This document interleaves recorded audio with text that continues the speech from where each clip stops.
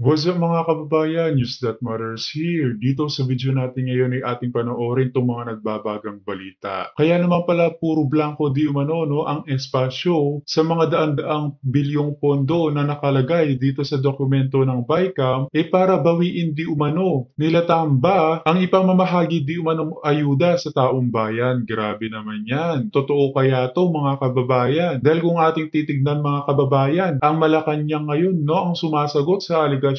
Pero itong sinatambali Zabongit, tahimik patungkol sa isyong ito.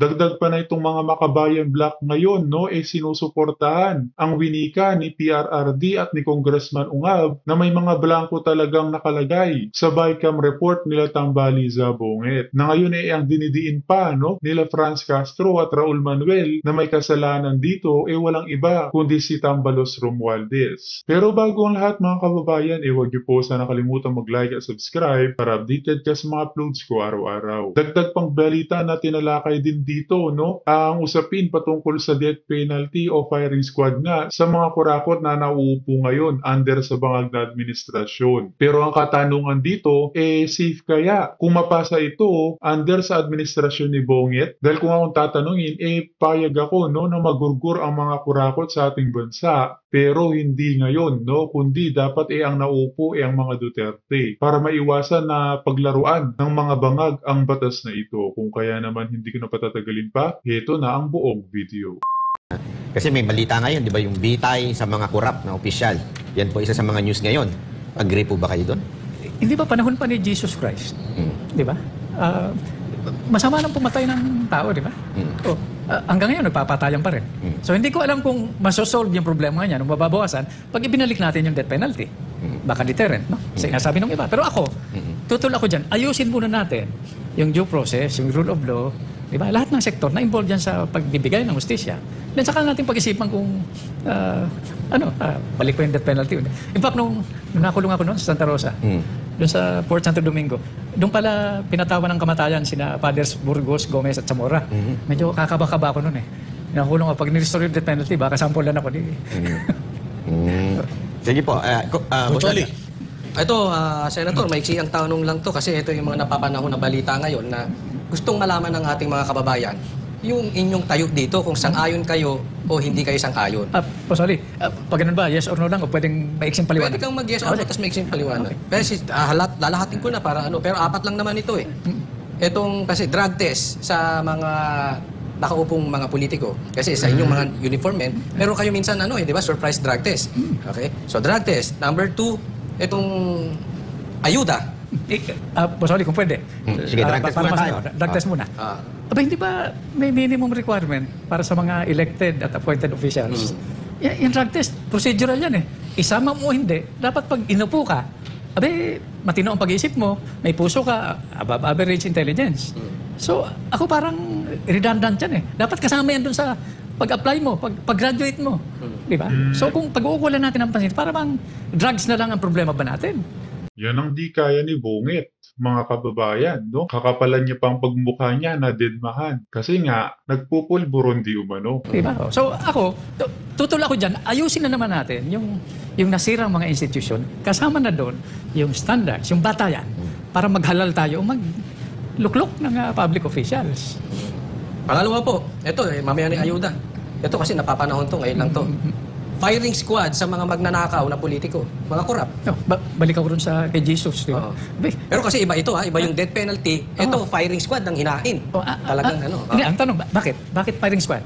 Ba't hindi lethal injection? Bakit hindi... Kasi para magbigay ng leksyon, para hindi natularan yung mga magnanakaw po sa posisyon. Ito hindi po panglatan para doon lang sa mga nakaupo.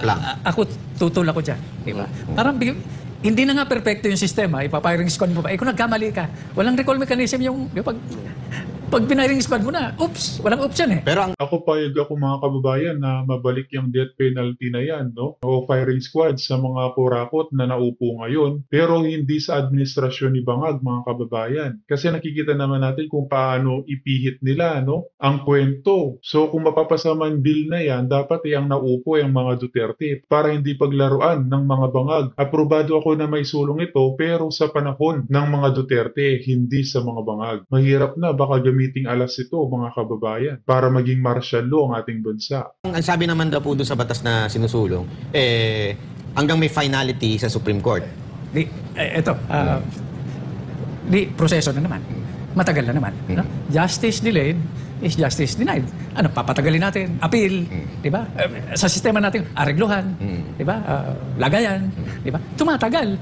Naiipon yan eh. Kaya, pati yung National Penitentiary natin, pinasyalan ko yan nung chairman ako ng Committee on Public Order, no?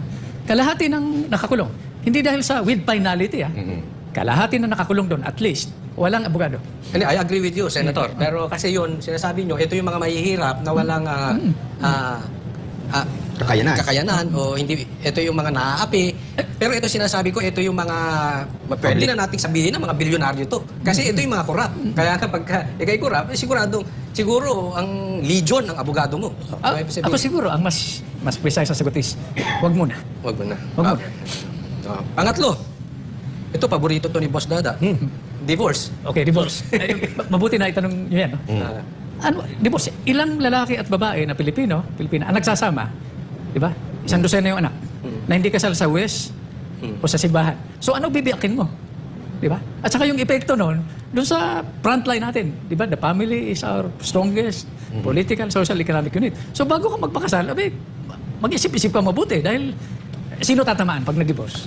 Anak. Yun ang problema. Kasi merong ganito ang akala niya, may kwento, true story to, hindi ko na lang dediretsuhin ko sino. Ang akala niya, yung pinakasalan niya si Adan. Oo. Iba pala ang ano. Iba pala. Hindi, yun naman, Si Eden pala. subjective. Paano kung gano'n, di ba? Huwag tayo padalos-dalos ng pag-uhusga. Dahil lang. Hindi mo pa nasubok. Tapos, di ba, pagkukomentaryo ka na. Hindi ko pa talaga ayoko talaga magpakasal sa Adan. Pero ito, suggestion ko po, baka naman pwede nyo i-consider, expiration na lang. I-renew nyo na lang yung marriage. Biro lang po. Pero dapat 10 years. Kasi kay PRD, naman 10 years eh. 10 years, ano? Siguro ito yung impluensya sa atin ng mga colonizers natin, no? Yung Catholic, di ba? Pero nakakatuwa na, yung impluensya nung religion sa atin. No? Si Jose Rizal, 24/7 ng bantay, national hero. Hindi naman siya anti-Spaniard, anti-clergy. Di ba? Tutol talaga siya. Talagang kalaban niya yung mga nakasultanan, no? Tinatanong nga ako minsan, no? Ito, share ko lang sa inyo. Senator, ba't ganun itsura mo? Para kang nalahian ako. Sabi ko, yung lola ko, yung ninuno ko, no? Balingkinitan yun, morena. Di ba? Naliligo dun sa sapa. Katapat nun yung simbahan. Nag-aerobics yung praile. Nakita yung lola ko, pinasadahan. Di ganito itsura ko. Para palang kwento ni David Jen, saka ni Batsiban. Oo. Okay, magbigay lang tayo ng reaksyon sa sinabi ni Congressman Ortega na politika daw ang dahilan. Yung pagko-question doon sa blank items, para daw maibalik ang nawalang pundo sa opisina ng Vice President. Ang layo naman nun. Makikita mo yung talagang pinupuntiryan nila palagi ang Office of the Vice President. Wala naman. Tahimik na po si VP Sara. Hindi na siya nagsasalita eh.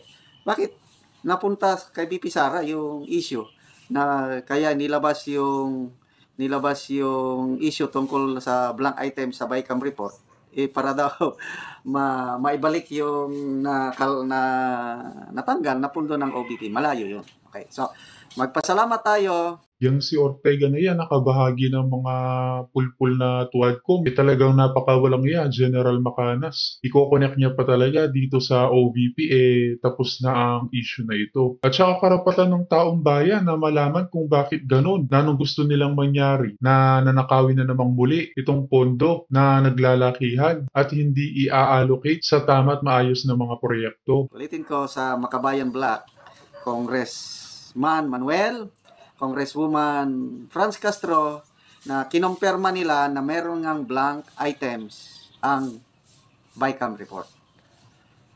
So, tatlo na silang kongresista, no? Pangatlo si Congressman Ungab. Sa Senado naman, nauna na si Senator Amy Marcos, si Senator Bato de la Rosa, nagsalita na rin siya na yung hawak niyang BICAM report, meron ngang blank items. So, ex-Senator Lacson, nako, pinagpapaliwanag niya, dapat ipaliwanag niya, the Filipino taxpayers deserve better. Correct. Tama. Pera natin yan, tapos i-magic lang nila. Tapos nililihis nila yung issue na yung enroll bill, yung General Appropriations Bill, walang blanco.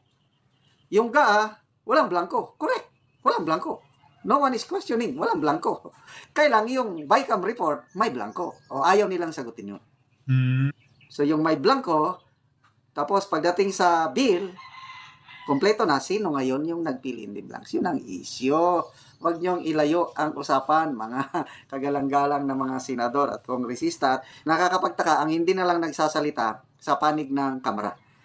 Kasi sa Senado, nagsalita na si Senator Grace Poe, nagsalita na si Senate President Escudero. Bakit ang mga panig ng BICAM sa Kamara, tahimik wala pa ring statement si Speaker Romualdez, si Congressman Saltico, si Congresswoman Stella Kimbo, tahimik sila. Dapat magpaliwanag. Okay? Magandang araw mga kaibigan. Huwag nating tantanan ang issue sa blank item sa BICAM report. Pag-usapan pa rin natin ito hanggat hindi natin malaman sino yung mga magicians na nag-fill in the blanks. Dahil ano yun, falsification of legislative documents, dapat makasuhan sila at maparusahan. Ito, pasalamat tayo sa Makabayan Black na congressmen and women ngayon dahil kinukumpirma nila, ang unang nagkumpirma na may blank items, si Representative Manuel. Ngayon, si Congresswoman Franz Castro, kinumpirma din niya na mayroong blank items sa BICAM report. Okay? So, ito, mga anti-Duterte, itong dalawang ito, Castro and Manuel, kung ano pa talaga, pwede nilang idiin si Pangulong Duterte, sabi nila, walang blank. Kasi para makabawi sila, mapasama ang mga Duterte. Kaya lang, nananaig ang katotohanan. Pinapatunayan nila na may blank items ang BICAM report. Kaya panoorin natin itong balita ng UNF TV. Gusto nilang ma-restore yung mga budget na naslagi. Yan si Congressman Ortega. Politics, it's really about politics. Politika ang nakikitang dahilan kung bakit binabato ngayon ang aligasyon ang 2025 national budget. Ayon kay House Deputy Majority Leader, La Union 1st District Representative Paulo Ortega, naniniwala siyang layo ng usaping lumikha ng pagkakabahabahagi at ibalik ang 2 billion pesos na halaga ng alokasyon sa tanggapan ni Vice President Sara Duterte. Matatanda ang binawasan ng pondo ng opisina ng Pangalawang Pangulo para sa taong 2025 dahil sa mga kontrobersyang ipinubukol kaugnay ng paggastos ng confidential funds nito. Si Davao City 3rd District Representative Isidro Ungab ang naghayag na may blankong items sa Bicameral Conference Committee report para sa 2025 national budget. Kaya tinawag ni dating Pangulong Rodrigo Duterte na invalid ang nilagdaang pambansang pondo o General Appropriations Act ni Pangulong Bongbong Marcos Jr. It works for them kung may controversy, it works for them kung may problema. Anong rason na maglalabas ka ng mga dokumento na hindi naman po reliable yung source at yung mga dokumento na may mga blanco at may kulang-kulang naman na pirma. Gayunman, ayon kay Congressman Ortega, wala pa siyang kopya ng ratified BICAM report. Hindi rin miyembro ng BICAM ang mambabatas. Samantala, si House Deputy Minority Leader at Teachers Party List Representative Franz Castro na ang ikatlong kongresistang kumumpirmang may blankong items sa BICAM report para sa 2025 national budget. Sunod, kinakabataan Party List Representative Raul Manuel at Davao City Representative Ungab. Hindi miyembro ng Bicameral Conference Committee si Congresswoman Castro. Pero yung sinasabing BICAM na pinaratify, may mga ilang blanco. Pero yung sinabmit kay Presidente, so tingin na wala kaming alam doon kung meron mang blanco yan. So I hope na reconcile kasi hindi pwedeng may blanco yan na ibibigay sa Presidente. Matagal na rin itong isinusulong ang pagkakaroon ng transparency sa BICAM kaugnay ng ginagawang reconciliation sa bersyon ng panukalang budget ng dalawang kapulungan ng Kongreso. Balak na ng kampo ni Davao City Congressman Ungab na questionin sa Korte Suprema ang nilagdaang 2025 national budget dahil sa hindi umano pagdaan sa tamang proseso. Tanong nito, sino ang nagpuno sa blankong probisyon sa BICAM report na niratipikahan ng dalawang kapulungan ng Kongreso? Let those interested people file the necessary petition or action in the Supreme Court. Tayo naman ay napakataas ng tiwala sa ating hudikatura. I believe that they will resolve it strictly in compliance with our existing rules and laws. Rosa Licos, UNTV News and Rescue. Magkaiba po ang GAA sa BICAM. Oo. Marlon, ito rin naman din yung mga ganap ngayon, no. Maraming tumatanggi sa Senate side.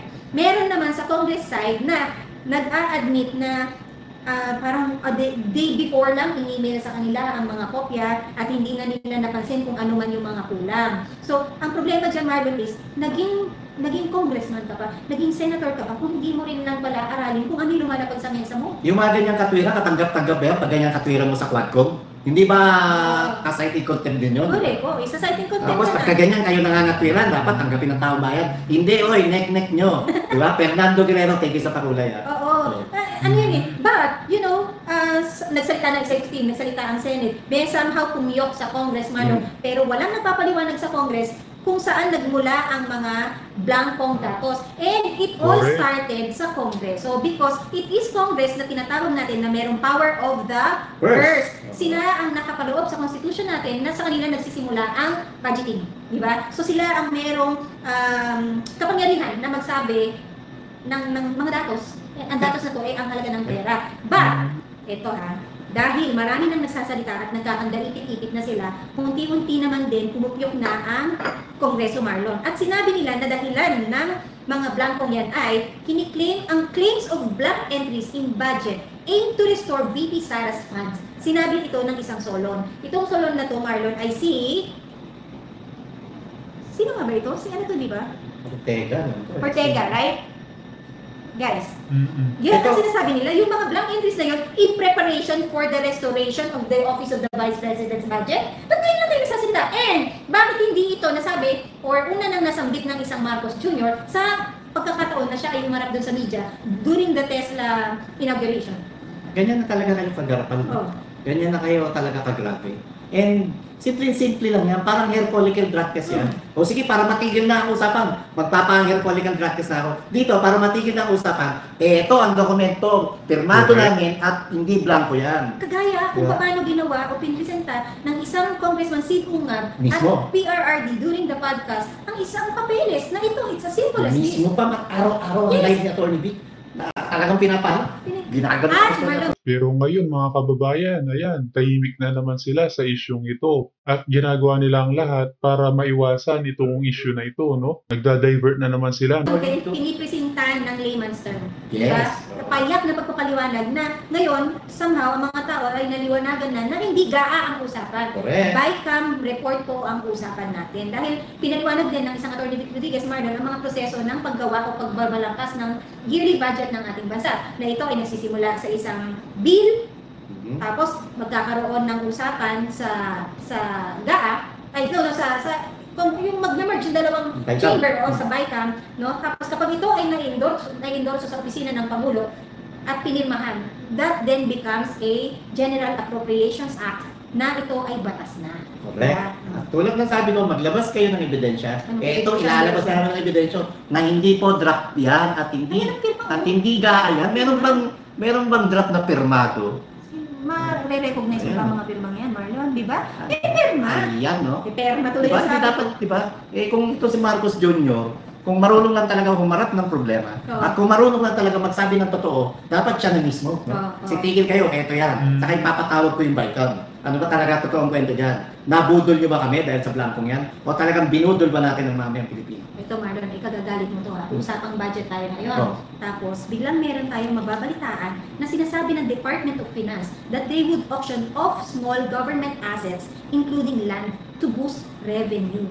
Marlon, hindi sa pagbebenta ng mga ari-arian ng gobyerno mabubus ang revenue ng bansa. Bigyan nyo ng mga trabaho, gawin ninyo totoo yung pledges na, di ba, hinighlight ninyo, pinalakpakan, di ba, ginawa ninyong balita ang isang ilang travels ang ginawa ng mga 26 travels. Tapos sasabihin mo, puro pledges. Pagkatapos nung travel na yun, wala na kayong binalikan sa mga pledges na yan kung naganap ba. Buti nga ang Trump nakabalik sa kanyang pwesto, pero ang isang BBM, hindi na nabalikan ng kanyang mga biyahe na gawin itong totoo. Yung pledges nyo, si Biden pa ang presidente sa Amerika. Ngayon nakabalik na si Trump, wala pa rin yung pledges nyo. So, budol talaga kayo. Tapos inaarayan ninyo na ang revenue ng bansa ay masyadong mababa. Pero tingnan ninyo, yung ginagawa ninyo sa budget ninyo, nasaan dyan ang isang long-term solution for the country to be able to recover economically from the losses ng first year, second year, third year ng isang Marcos administration. Walang trabaho, walang infrastruktura, mahal ang bilihin, walang solusyon sa inflation, Marlon. Bakit hindi bababa ang revenue ng gobyerno? Hindi nyo pinapahalagaan ang pera ng taong bayan. Nagalit ba kayo? May kinasuhan ba kayo? May sinibak ba kayong tao para hanapin yung multi-billion piso project sa 5,500 billion pesos na flood control project? Di ba binaliwala nyo? Baliwala sa inyo kahit 200 katao ang namatay dahil sa Bicol region at baliwala sa inyo na itong mga naulila ng 200 katao, mahigit 200 persons mula sa Bicol Region na namatay, baliwala sa inyo na nagdaan ng Pasko, nagdaan ng bagong taon, hindi na nila kapiling yung mga nawala nilang mahal sa buhay. Dahil dyan sa kalokohan ninyo na napaka-animal ninyo, napaka-demonyo ninyo na 1 billion a day estimate ha. More than Marlon, 1.4 billion, di ba? 1.4 billion a 1.4 day. billion a day ang... Diba? Grabe, wala kami naririnig kung ano ang magiging solusyon ng climate change na yan. Na nagkokos ng iba-ibang trip ng panahon na yung mga lugar na hindi naman binabaha dati, binabaha na ngayon. Correct.